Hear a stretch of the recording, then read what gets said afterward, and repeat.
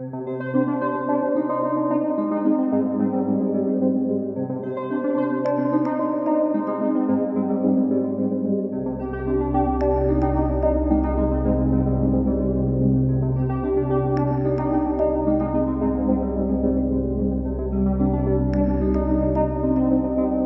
this episode of Scammer Stories, a new book just out in the US is taking the romance world by storm.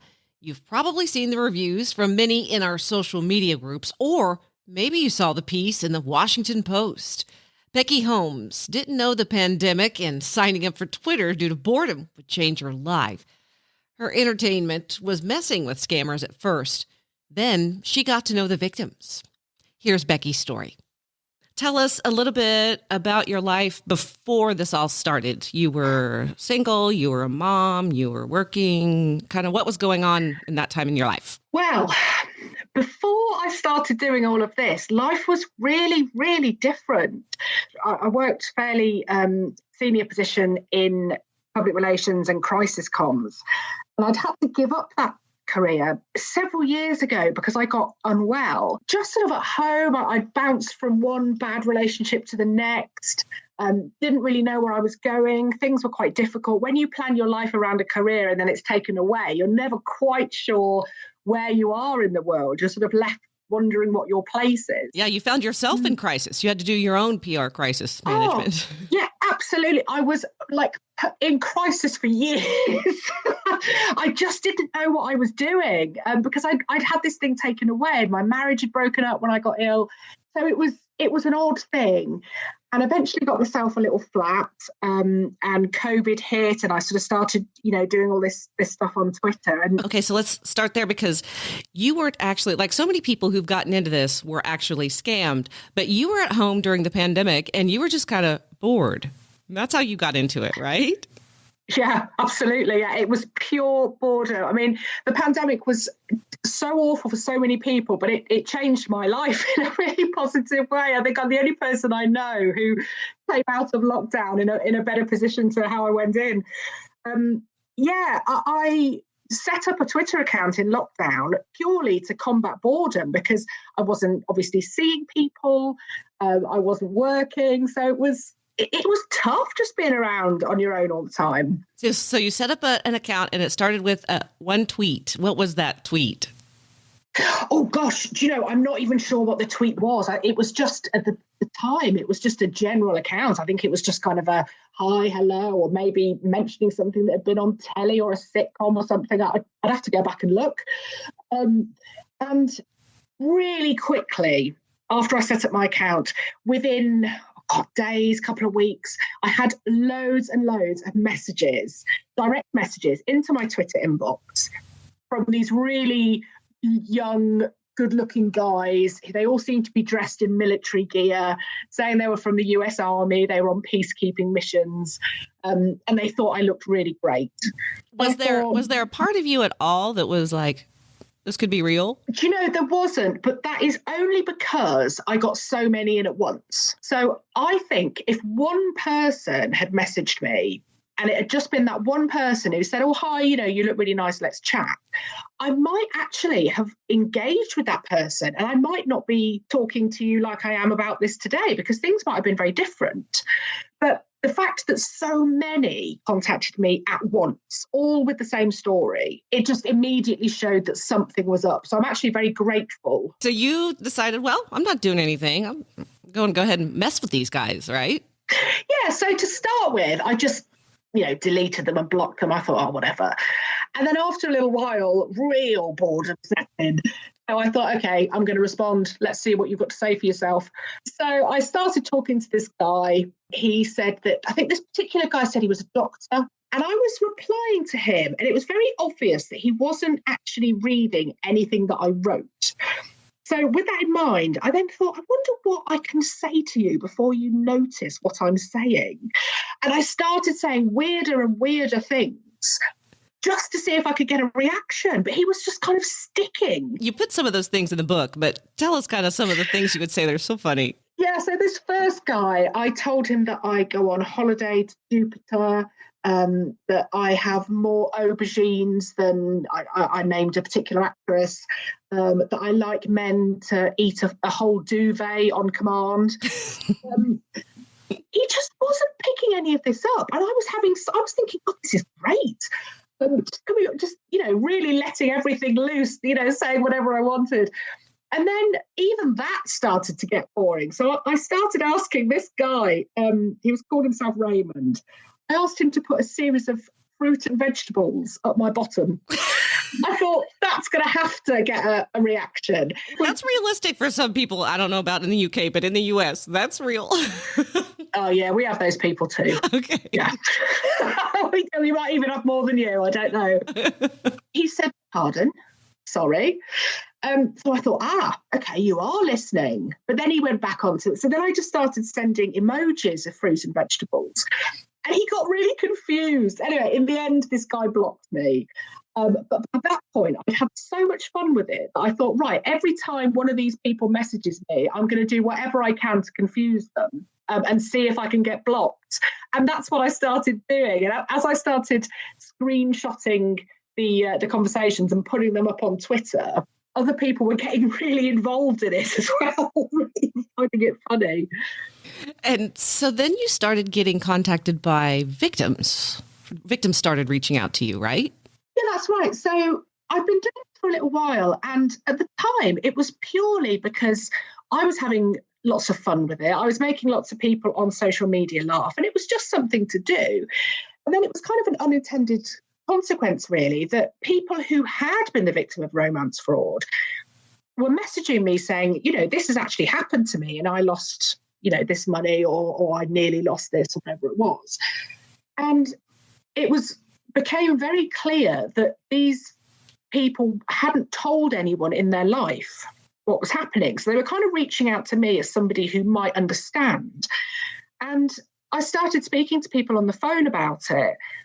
Again, at the time, there was no kind of book in mind or anything like that. It was just, I guess, sharing someone's stories, that they were wanted to speak to somebody. And it was really, really interesting. The more people I spoke to, I saw these commonalities between how they'd become a victim and how people had asked them for money, how they'd ended up sending money. And it was a real eye-opener for me because until that point, I hadn't realised what a massive subject romance fraud is. And that's why your book is so good. It's going to get so much attention for the cause, and we really do appreciate it. It's amazing. I hope so. I hope that it's sort of something that people... The feedback I've had in the UK here has been that people have bought it thinking it's going to be just funny. And it starts off funny, but then it kind of ends up, it goes through and it becomes quite dark in places. When I talk about victims, I talk about some of what scammers do. And so far, the feedback has been that it's quite educational in some ways as well, without sort of meaning to be, which is absolutely brilliant. That's one of the reasons that I wanted to write it. See, I had the opposite reaction. I didn't know anything about the book, and when I picked it up to read it, I thought it was going to be really serious, and I was delighted when I figured out it was funny. Oh, interesting. Okay. Yeah. Okay, so eventually, after communicating with one of the victims, you actually went to see her. Yes. So there was one lady in particular. We called her Eve in the book. It's not her real name. We started speaking and we talked on the phone about what had happened to her. But then we actually kind of became friends over the phone as well. Similar sense of humour, both quite sweary. And, so we got on really well. And she invited me to go and stay with her post-pandemic, of course. So I went down there and we talked really in depth about what had happened with this particular fraudster and the impact that it had had on her and how she views relationships since then. And it was really upsetting. It was the first time that I'd spoken in person to somebody who had sent money to someone and not just sent money, but lost what they thought was going to be their future, which I think is often worse than when you lose finance. So you've spoken to a lot of victims at this point. Is there one story or one fact that sticks out among all the rest that was the hardest hitting for you? Yeah, there's always one that I think about quite a lot. And this was a lady who, I can't remember how old she was. She was maybe late 60s, early 70s. And when we spoke on the phone, she told me she had stage 4 cancer. And she said that she'd sent money, it was around about £30,000. He'd sent money to somebody and nobody knew. I was the only person that knew. And she said the only time that her son would find out about this is when she died and he realised that he didn't have his inheritance. And her and I spoke, and I was obviously doing my best to kind of say, you need to speak to somebody because you need to speak to your son because you don't want this to be a secret that you take with you when you go. You don't want that to be your legacy, which is what happened with my mom and her cancer. Mm-hmm. Yeah, and so it was a difficult conversation. But anyway, she was determined that she wasn't going to broach it with him. She was so frightened that they would argue and that he would judge her, and it would be kind of the last thing that he remembered of her, that they'd fallen out or whatever. And then I messaged her and I said, look, I'm writing a book. Can I come and visit you and do an interview? And she said, yes, you can. I'm in a hospice, but I'll stay strong for the book. And I thought, okay. So I said, look, don't worry about it. Let's talk another time. Then a few days later, I got a message from her Twitter account, and it was her son who said, Mum's passed away. I'm kind of shutting down various accounts and stuff, but I've just seen from your conversation that Mum's been giving money to somebody. What is all of this? So now you're involved. Yeah. So it was late on a Friday night, maybe kind of 9 or 10 o'clock, and I had to ring her son and explain to him what had happened. And the reason why this one sticks with me so much is because he actually said, I wish she'd told me. I would not have been angry with her. I wouldn't have judged her. I wish that she'd told me because now I know that she died taking this with her, and it must have been heartbreaking. Yeah, she was scared. She felt scared and alone while she was dying. Exactly. And that was what was so tough, because so many people don't tell people because they think they're going to be judged. They think that their friend or relative might walk away.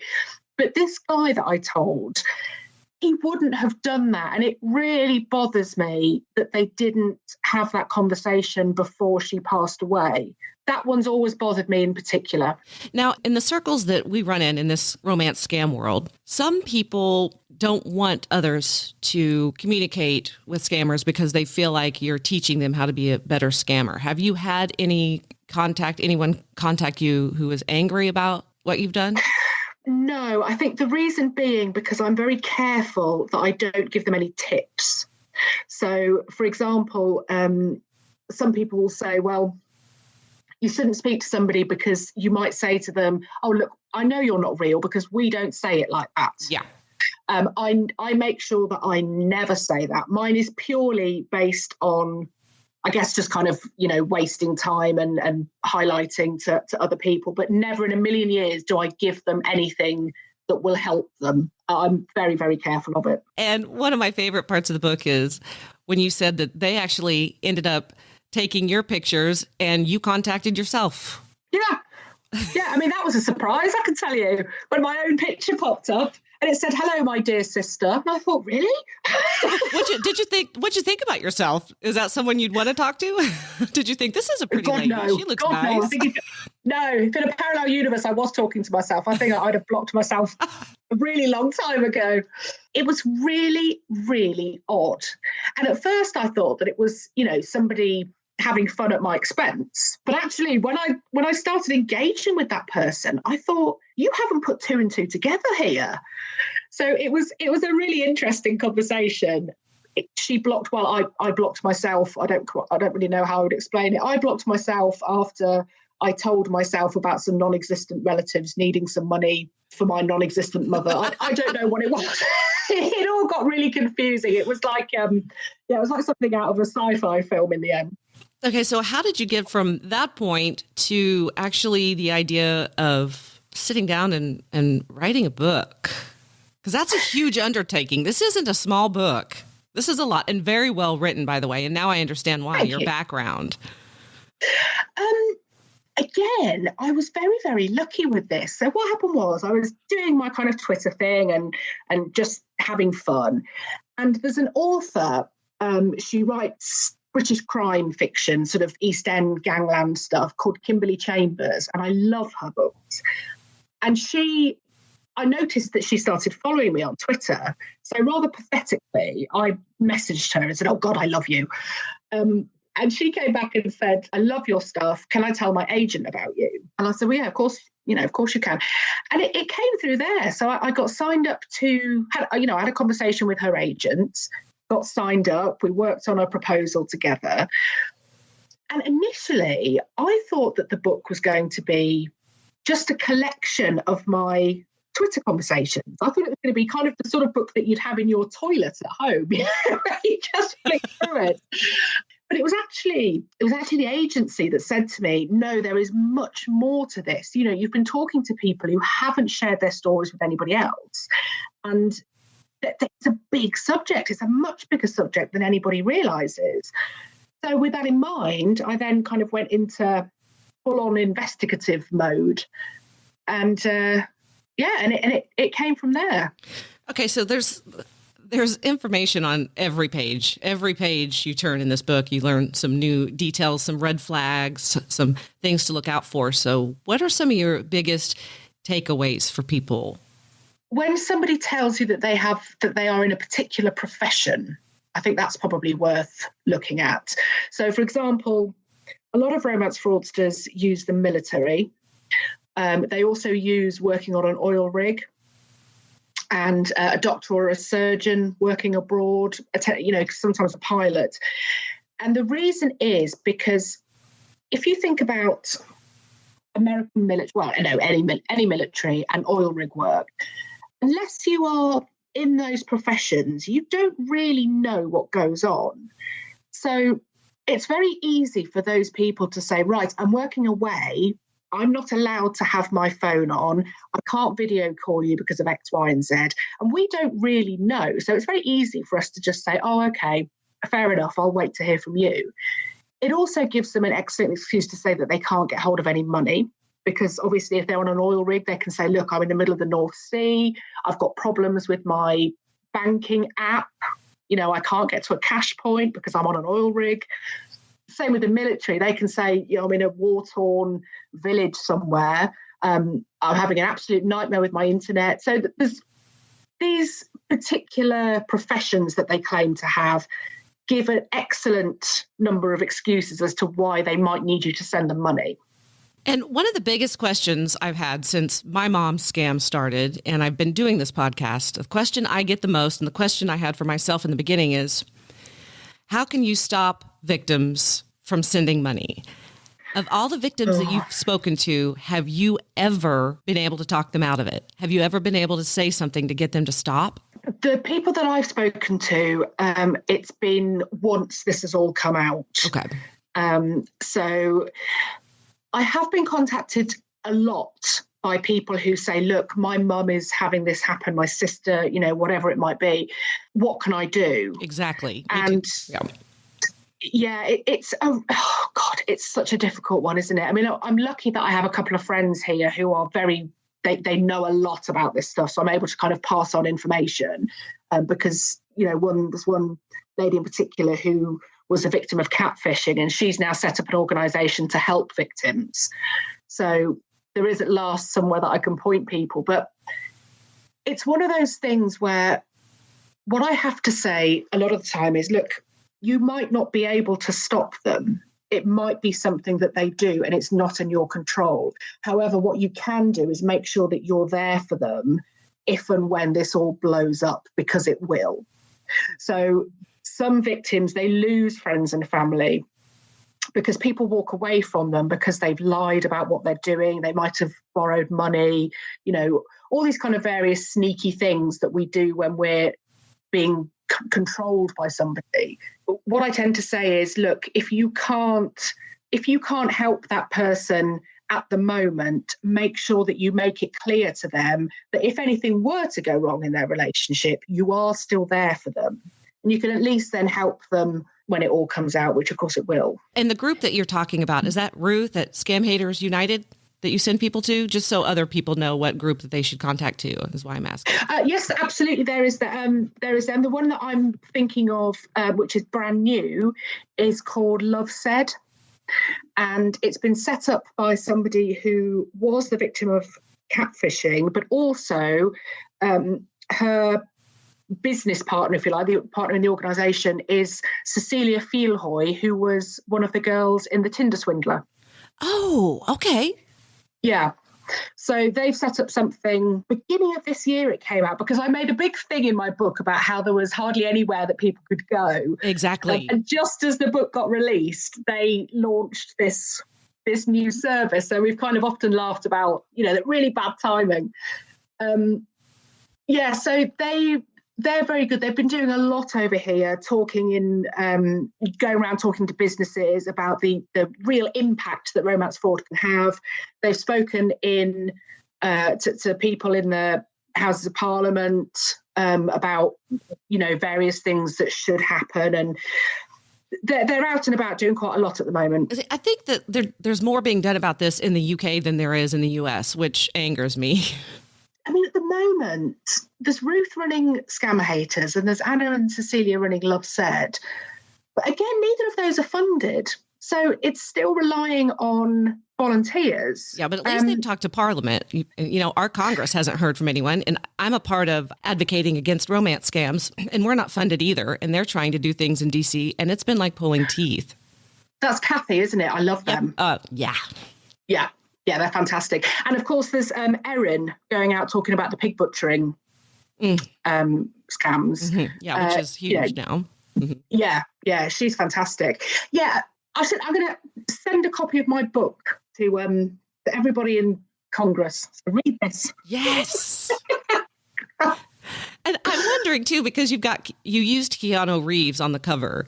Has anyone with his people reached out to you?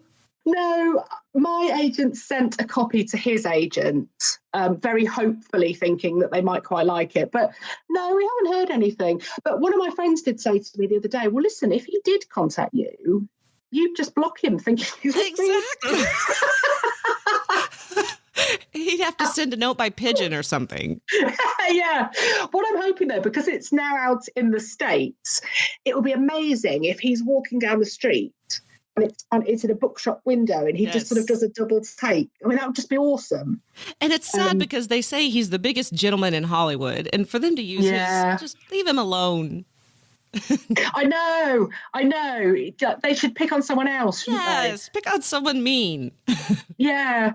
It's funny, though, but his agent or his publicist or whatever it was came out a few months ago now, maybe even a year ago, and publicly said, all of these accounts are coming out under Keanu's name. He is not on social media. If you get contacted by one of these, it's not him. And it hasn't slowed up at all. So your personal life has taken a turn for the better. You've now found love and you're engaged, right? Yeah. Who'd have thought it? Did you find him online? I did. What happened was, when I was researching for the book, people were saying to me, there's absolutely loads of fraudsters on, and they named a particular dating site. And I said, oh, really? Okay, brilliant. I'll go on and have a look. And I was going on and I was finding, loads and loads of people using the same profile picture. And then the guy that I'm now engaged to, Phil, he popped up and I thought, hello. And anyway, he was local to me. So I just gave him a swipe. Oh, can't remember if it's right or left. But anyway, and here we are now. When we spoke on the phone, I said to him, should we have a video call before we meet up? Because I thought that's quite an important thing to do. And he said, no. He said, I don't know how to do stuff like that, but it is me, I promise. And I very nearly didn't meet him because I very nearly thought to myself, well, if you don't video call, then you can't be real. But as it turns out, he is just really appalling with technology and couldn't work out how to do a video call. Okay, that is so funny because I met my husband. He was my first swipe. Oh, how funny. Exactly. I mean, you can meet good people online. You just have to be careful. And if you don't meet them in person, then move on and don't send them money. But there are ways to find love online.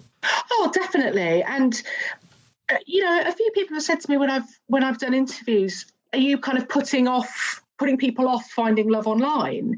Well, I've said absolutely not. I am a success story, as obviously are you, and other people that I know. There are loads of success stories out there. You have to be really careful. You have to make sure that you do your due diligence. The guy that I'm with, I Googled him beforehand. I made sure that his LinkedIn profile was where he said he worked. I became kind of full-on stalker for a time because I wanted to make sure that I was meeting who I thought I was meeting. Yeah. Here in the state I'm living in, you can look up do a background check and it's free and easy. So I knew every ticket, every time he'd been to court, everything before I met him. That's interesting. Yeah.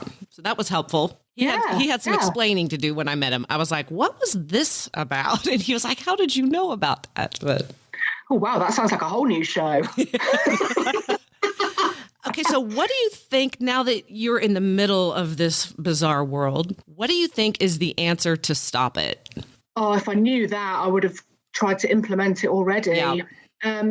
Some people think the social media companies are to blame. Some people think the lawmakers need to do something. Some people think the FBI. I mean, there's so many routes here.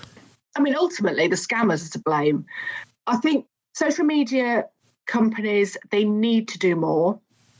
They need to make it harder for people to have so many accounts. You can block one Keanu Reeves account, for example, and it's the same person. They set up a new email account and they contact you again. Oh, sorry, we got cut off before. Here I am again. There needs to be something in place to stop that from happening. I don't know whether it's a case of if you report somebody, they can't set up something else on their IP address. I don't know how that works. But I think social media companies need to do something. A perfect example of that is, and I mentioned this in the book, so you type in Yahoo Boys into Facebook. Now, Yahoo Boys, as you know, are what the Nigerian fraudsters call themselves. Type Yahoo Boys into Facebook and you can join groups where they teach each other to scam. Now, I've reported endless numbers of these groups, but Facebook doesn't shut them down. I cannot for the life of me understand how that can possibly be. And on top of that, there are many Facebook groups who pose as being on Facebook to help victims who are actually just collecting victims' information. So many. Yeah, exactly. You go onto some of the support groups and it's, I'm really sorry to hear that you've been a victim here. DM me and we'll talk further. There needs to be huge dedicated teams looking at this kind of thing. Reporting the Facebook groups, that should be very, very simple to take those down, but it doesn't happen. I don't know so much about over in the US, but in the UK, there's a horrible statistic, and it is that fraud accounts for 40% of UK crime. Now, that's not just romance fraud, it's all fraud, but it's 40%, 40. The police resource dedicated to fraud is 1%. Now, obviously, there's something hugely, hugely wrong there. So we have a huge problem in that there's no resources, no time, there's no money. We're kind of swimming upstream when it comes to law enforcement and fraud. And romance fraud is going to be at the bottom of the pile to be investigated because the amounts of money often, not always, but often aren't so much as bigger fraud. So, investment fraud or, pensions or whatever. And also a lot of the time, romance fraudsters, they aren't working in UK jurisdiction. So the police aren't going to spend time trying to find somebody abroad. And many police departments still don't think it's a crime because the victim gave away the money. Yeah, this is a massive issue, and it's not just the police, it's everybody. Something that I feel really strongly about, and I bang on about this in the media whenever I get the chance, is when we're talking about fraud, I think we need to be careful of the language that we use. So I have this real thing that we talk about people falling for fraud. Well, she fell for that. Or, what do you think it is, Becky, that makes people fall for these things? Well, we never talk about people falling for a burglary or, oh, God, I fell for an assault last night. it doesn't happen because they're seen as important crimes. When we talk about somebody falling for something, what we're essentially saying is that they walked into it, that they were a bit stupid, that they're to blame. And I think we need to stop that because it's real victim blaming, and it puts people off reporting stuff because they think, oh, well, I fell for it, it's my fault. And I think that would be a really good place to start. And you also talked in the book about actually using the word victim. Talk about that a little bit. And again, I can't speak for what it's like over your side of the world, but there are mixed feelings on the word victim over here. I personally don't have an issue with it. I believe that if you are a victim of a crime, that doesn't make you a victim of a person. It just means that at some point you have been the victim of a crime, like most of us have. But some people don't like that word. They want us to use survivor or wounded or whatever it might be. I feel quite strongly about the word victim because I think that if you say, I have been the victim of a crime and it's a fraud, it means that it's a serious thing. It means it's punishable. Yeah, exactly. It should be punishable by law. Yeah, precisely. And I think it adds gravitas if you say, I have been the victim of this crime. I don't think we should be trying to change the word victim. I think we should be trying to change the stigma around it. Mm-hmm. I've put a link to the book in the show notes. If more people buy the book, the more we can spread the word. Plus, it's just really funny. If you're like me, though, you'd rather listen to the audiobook, and that's available too. It's available on paperback and audiobook. Until next time, Scammer Warriors.